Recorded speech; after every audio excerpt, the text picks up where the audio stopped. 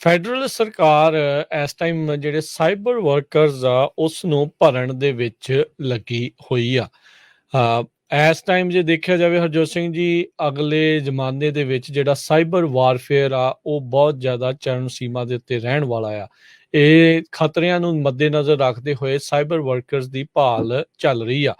60 ਦਿਨਾਂ ਦੀ hiring sprint ਜਿਹੜੀ ਆ ਉਹ ਡਿਪਾਰਟਮੈਂਟ ਆਫ ਹੋਮਲੈਂਡ ਸਿਕਿਉਰਿਟੀ ਦੇ ਦੁਆਰਾ ਕੀਤੀ ਗਈ, ਜਿਸ ਵਿੱਚ 500 ਜੌਬ ਆਫਰਸ ਸੀਗੀਆਂ।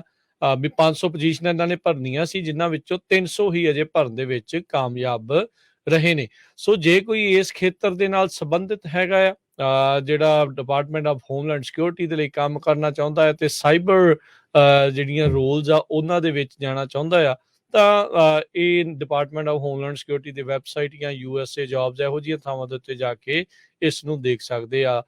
ਸੋ ਇਹ ਹੁਣ ਕਾਫੀ ਵੱਡੇ ਪੱਧਰ ਦੇ ਉੱਤੇ ਜ਼ੋਰ ਜਿਹੜਾ ਹੈ ਹਰਜੋਤ ਸਿੰਘ ਜੀ ਦਿੱਤਾ ਜਾਵੇਗਾ।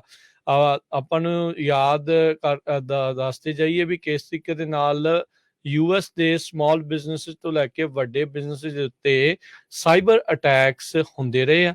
ਪਿਛਲੇ ਕੁਝ ਸਾਲਾਂ 'ਚ ਬਹੁਤ ਜ਼ਿਆਦਾ ਤੇਜ਼ ਜਿਹੜੇ ਹੋਏ ਆ, ਜਿਨ੍ਹਾਂ ਵਿੱਚ ਤੁਹਾਡੇ ਬਿਜ਼ਨਸ ਨੂੰ ਇੱਕ ਹਿਸਾਬ ਦੇ ਨਾਲ ਅਗਵਾ ਜਿਹੜਾ ਹੈ ਉਹ ਕਰ ਲਿਆ ਜਾਂਦਾ। ਤੁਸੀਂ ਉਹਨਾਂ ਨੂੰ ਕੁਛ ਡਾਲਰ ਦਓਗੇ, ਬਿਟਕੋਇਨ ਦਓਗੇ ਤੇ ਫਿਰ ਜਾ ਕੇ ਤੁਹਾਡਾ ਕੰਮਕਾਜ ਮੁੜ ਦੁਬਾਰਾ ਜਿਹੜਾ ਉਹ ਚੱਲਣਾ ਸ਼ੁਰੂ ਹੁੰਦਾ ਆ।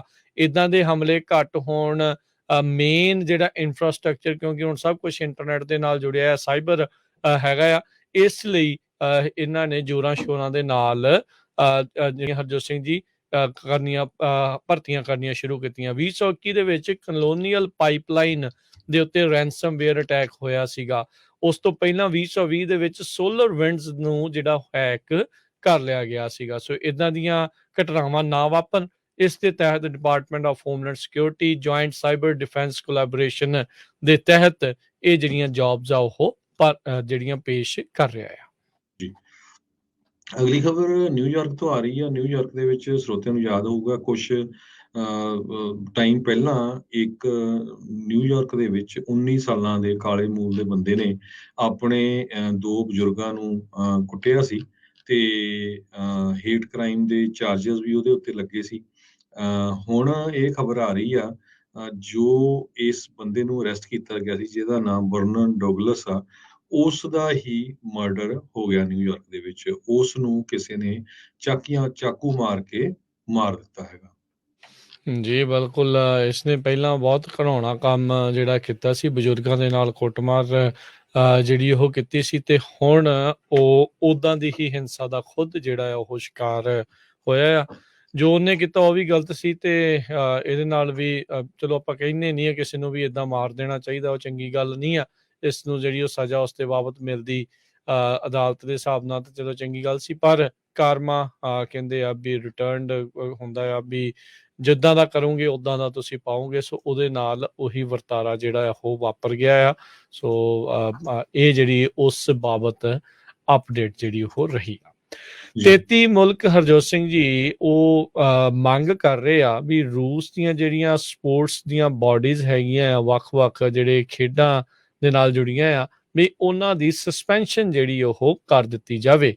ਪੋਲੈਂਡ ਤੇ ਉਸ ਦੇ ਨਾਲ 32 ਹੋਰ ਜਿਹੜੇ ਮੁਲਕ ਆ ਉਹਨਾਂ ਨੇ ਇਹ ਮੰਗ ਕੀਤੀ ਆ, ਤੇ ਇਸ ਦੇ ਪਿੱਛੇ ਆਧਾਰ ਹੀ ਦੱਸਿਆ ਆ ਵੀ ਯੂਕਰੇਨ ਦੇ ਉੱਤੇ ਜਿਹੜਾ ਇਹਨਾਂ ਨੇ ਹਮਲਾ ਕੀਤਾ, ਇਨਵੇਜਨ ਕੀਤੀ ਆ ਰੂਸ ਨੇ, ਉਸ ਦੇ ਕਰਕੇ ਇਹ ਕਦਮ ਜਿਹੜਾ ਆ ਉਹ ਚੁੱਕਣਾ ਚਾਹੀਦਾ ਆ।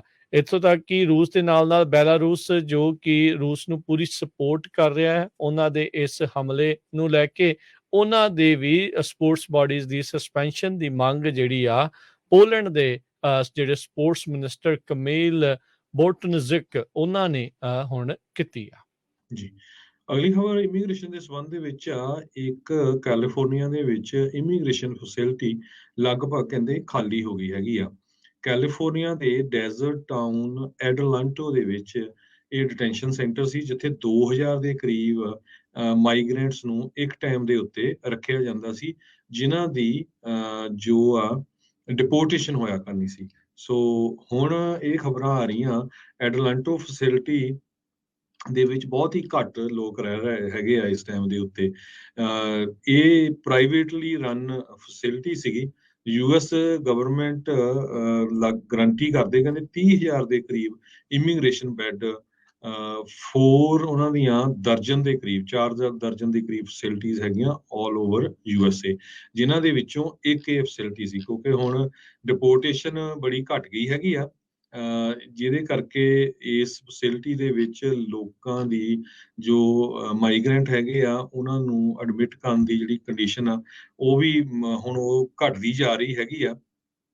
ਐਵਰੇਜ ਕਹਿੰਦੇ ਵੀ $144 ਪਰ ਡੇ ਡਿਟੈਂਸ਼ਨ ਫੈਸਿਲਿਟੀ ਨੂੰ ਦਿੱਤਾ ਜਾਂਦਾ, ਜਿਹੜਾ ਵੀ ਕੋਈ ਬੰਦਾ ਉੱਥੇ ਰੱਖਿਆ ਜਾਂਦਾ ਹੈਗਾ।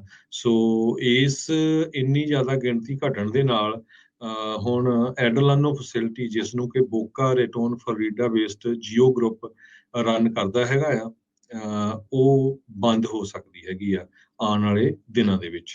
ਜੀ ਜੀ